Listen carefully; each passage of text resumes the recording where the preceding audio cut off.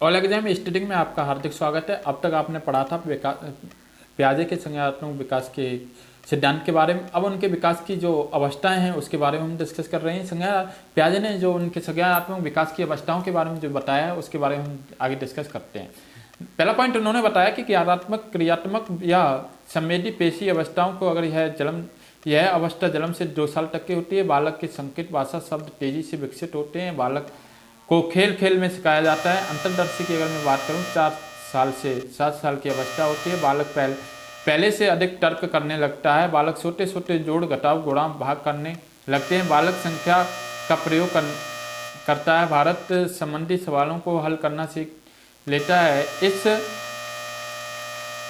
अवस्था में बालक को पलटावी गुण विकसित नहीं होता है। जैसे यह कहा जाए कि भारत की राजधानी दिल्ली है, ऐसे तो वो सीख लेते हैं। लेकिन जब ये पूछा जाता है कि दिल्ली किसका राजधानी है या फिर पूछा जाता है कि दिल्ली की राजधानी कहाँ है, तो वो नहीं बता पाते हैं कि बालक स्वयं राजधानी या दिल्ली भारत की राजधानी। बालक यह तो बता देता है कि 3 × 3 = 9 होता है, लेकिन बालक यह बताने में असमर्थ होता है कि 9 / 3 = 3 होगा।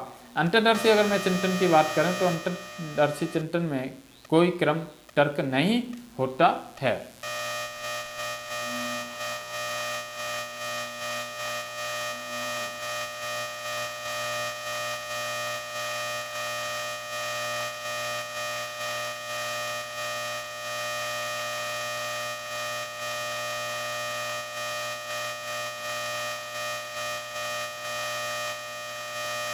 आगे चल रहे हैं प्राय संक्रियात्मक अवस्था की। अगर प्री ऑपरेशनल स्टेज की अगर मैं बात करूं, यह अवस्था 2 से 7 वर्ष की मानी जाती है। पियाजे ने ऐसे 2 भागों में बांटा है।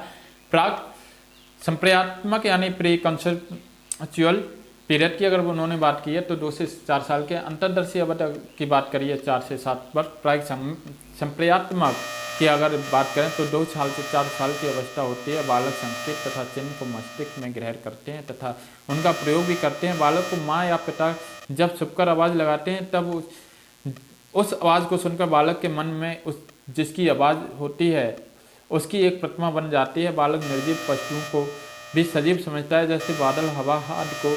इस अवस्था में बालक में आत्म केंद्रित का भाव आ जाता है। स्वयं को महत्वपूर्ण समझता है। उसे यह लगता है कि सूर्य, चंद्रमा आदि उसके पीछे चल रहे हैं।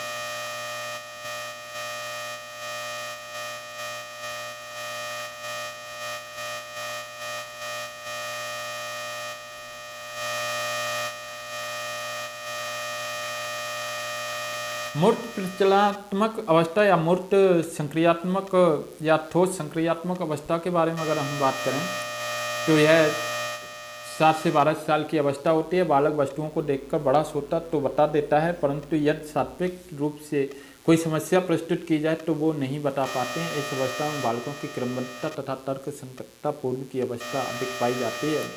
बालक पलटावी गुण प्रदर्शित करते हैं। अब वो बताने लगते हैं कि 3 × 3 होगा तो 9 / 3 = 3 होगा, यह भी बताने लगते हैं। बालक में लंबाई, भार आदि के आधार पर वस्तुओं को लगाने की क्षमता विकसित हो जाती है, अर्थात मूर्त चिंतन करने लगते हैं। आत्म केंद्रित चिंतन की प्रवृत्ति कम हो जाती है।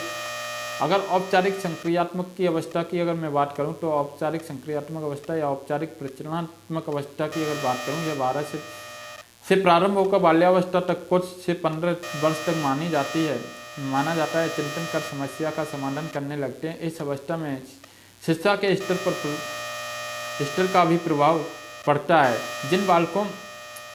जिन बालकों में शिक्षा स्तर में कि काफ़ी नीचा होता है उनमें औपचारिक संक्रियात्मक चिंतन भी काफ़ी कम होता है। जिनसे ज़्यादा होगा उनसे चिंतन भी ज़्यादा होगा। अमूर्त चिंतन का गुण विकसित हो जाता है। इस अवस्था में बालकों को सही दिशा निर्देशन की आवश्यकता होती है, क्योंकि यह शिफ्टिंग पीरियड कहा जाता है। जीन पियाजे की नैतिक अगर विकास का सिद्धांत की अगर बात करूं तो जीन पियाजे ने 1932 में एक किताब में लिखा था the moral of the judgment of the child. पियाजे का मानना था कि बच्चों को नैतिक निर्णय के विकास एक निश्चित क्रम एवं तार्किक पैटर्न होता है जो बौद्धिक विकास से संबंधित होता है। पियाजे के अनुसार नैतिक विकास न्याय के प्रवक्त तथा स्वस्फुट प्रत्ययों की प्राप्ति है जिसे बालक अपने वातावरण के साथ अंतर प्रक्रिया करते हैं, उन्हें परिवर्तित व परमार्जित करते हैं।